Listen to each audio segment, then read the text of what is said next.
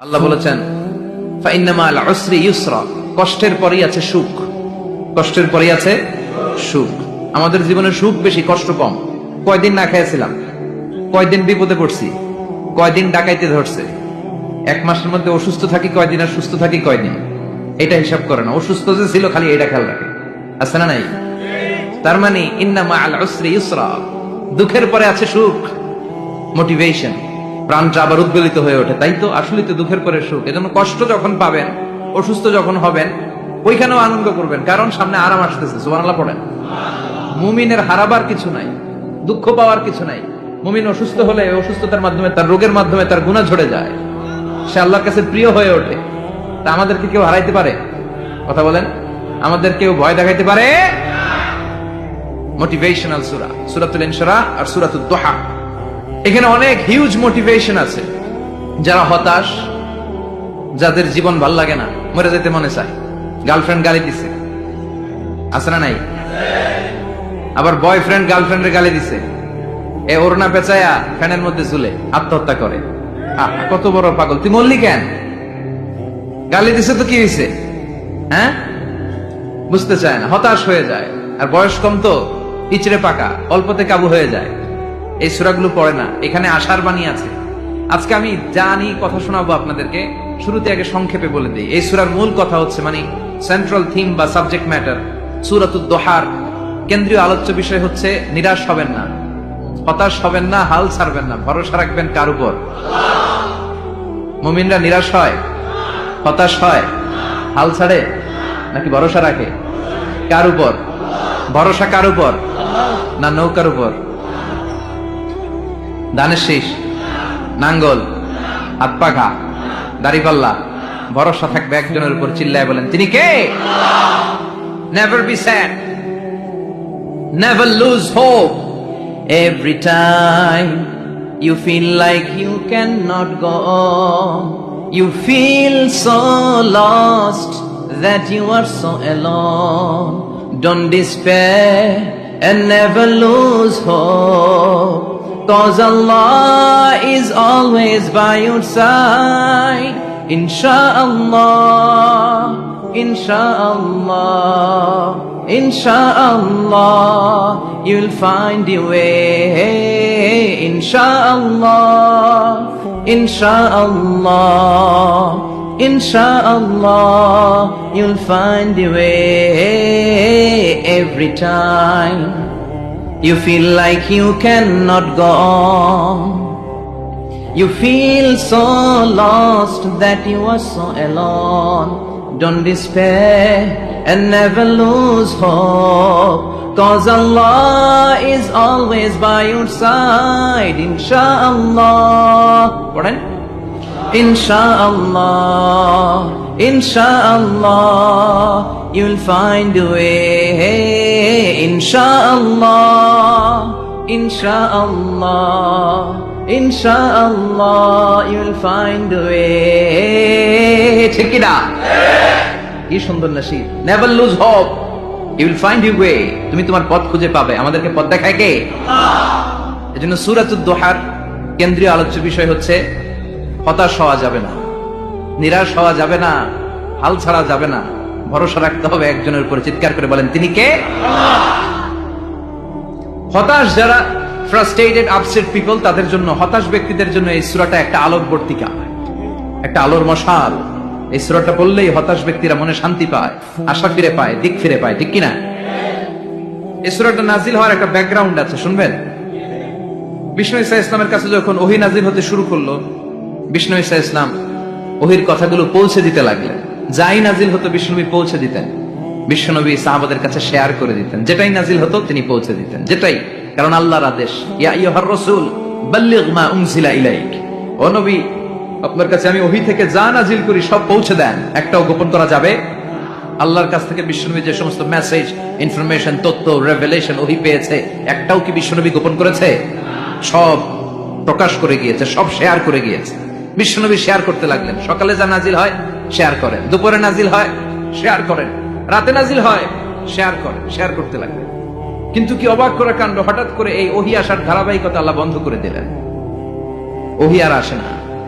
আকাশ থেকে নতুন তথ্য আর নামে না। ঘটনা কি? ওহী আসে না কেন? তথ্য আসে না কেন? জিব্রাইল আসে না কেন?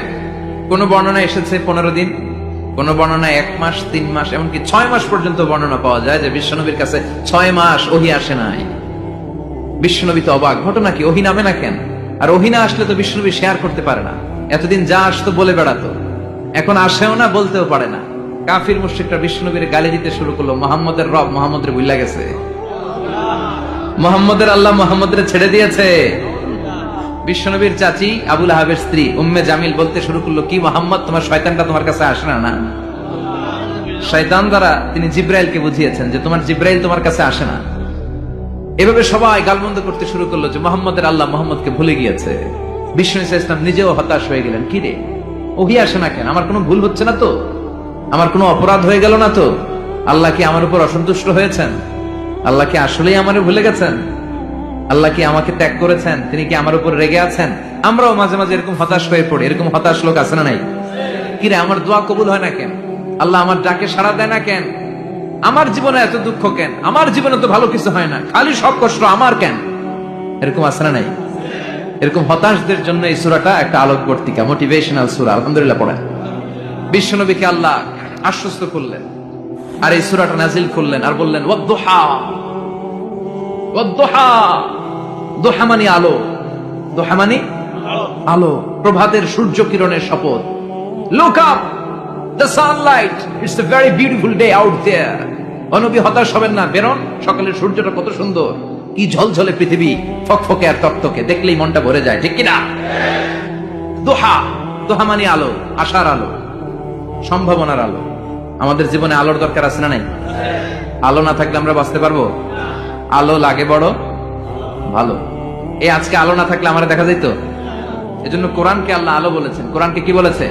কিতাবুন আনজালনাহু ইলাইকা লিতুখরিজান নাসা মিনাল যুলুমাতি ইলান নূর। ও Muhammad, I've revealed this holy Quran unto you to lead the mankind out of darkness into the light. অন্ধকার থেকে লাইট, লাইট মানে কি? আলো, আলোর দিকে নেওয়ার জন্য কোরআন পাঠিয়েছি। আবার বিশ্বনবীকেও আল্লাহ নূর, নূরের সাথে তুলনা করেছেন। আবার বিশ্বনবী আল্লাহর কাছে নূর চাইতেন, বলতেন আল্লাহ আমার ডানে আলো দাও, আমার বায়ে আলো দাও, আমার সামনে আলো দাও, পিছনে আলো দাও, উপরে আলো দাও, নিচে আলো দাও, আমার দেহে আলো দাও, আমার মাংসপেশির ভিতরে আলো দাও, আমার হাড্ডির ভিতরে আলো দাও, আমার জন্য তুমি আলো দাও। পড়েন আমিন। এজন্য আলো ছাড়া বেঁচে থাকা অসম্ভব। আল্লাহ তাআলা আলোর নামে সূরা দিলেন, সূরাতুদ দুহা, প্রভাতের আলো, প্রভাতের সূর্য কিরণের শপথ, আলোর শপথ। সুবহানাল্লাহ পড়েন।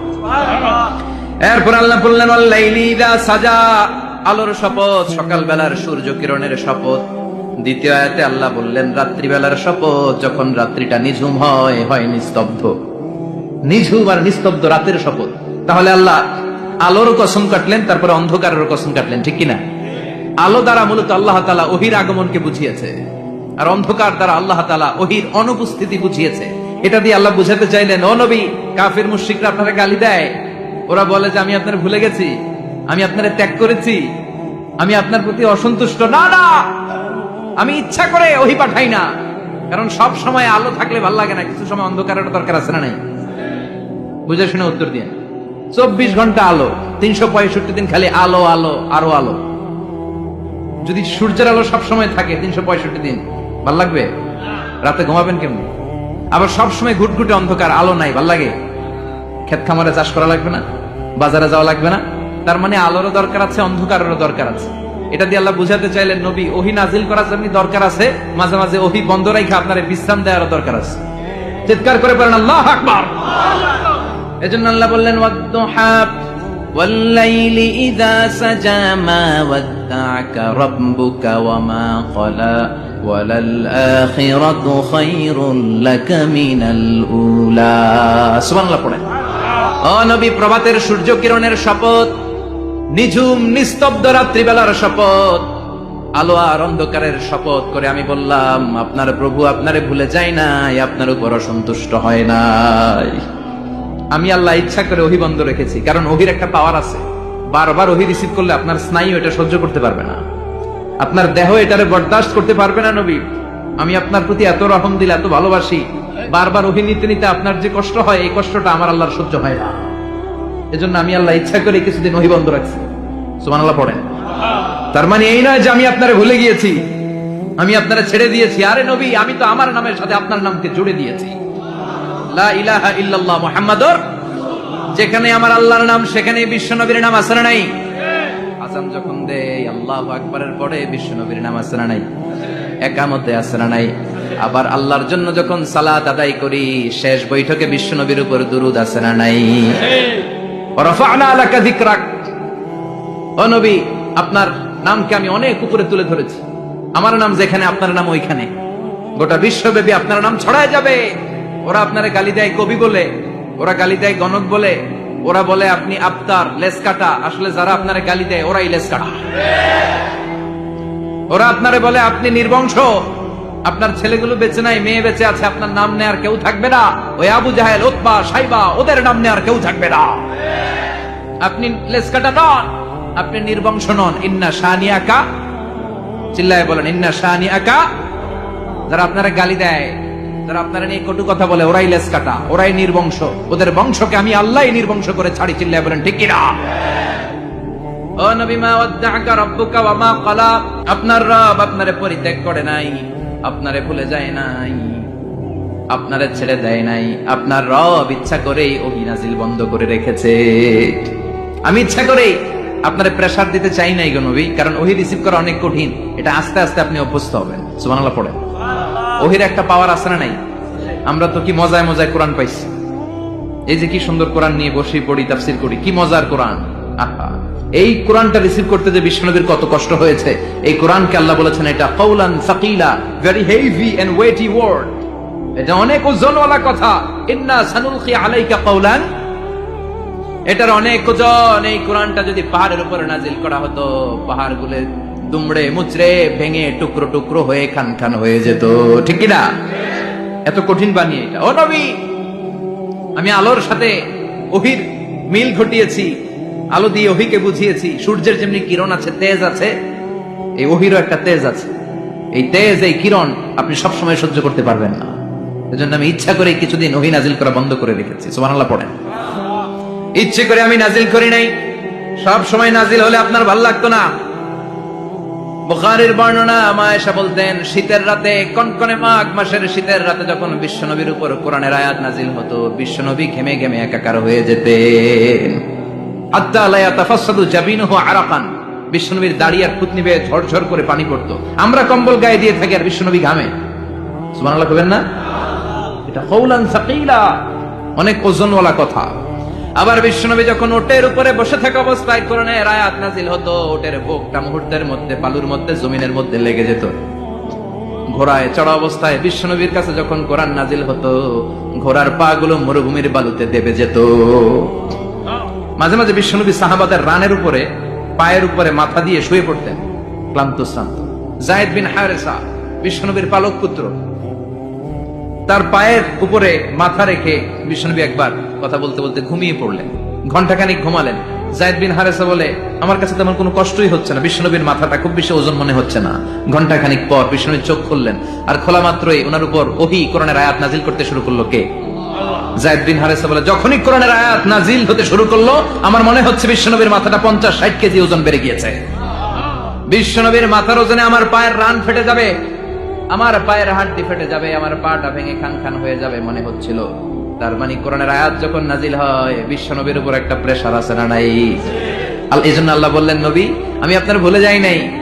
কাফেররা যেমনি আপনারে গালি দেয় যে আমি আপনার ভুলে গিয়েছি, আপনার উপর আমি অসন্তুষ্ট, নেভার, অসম্ভব।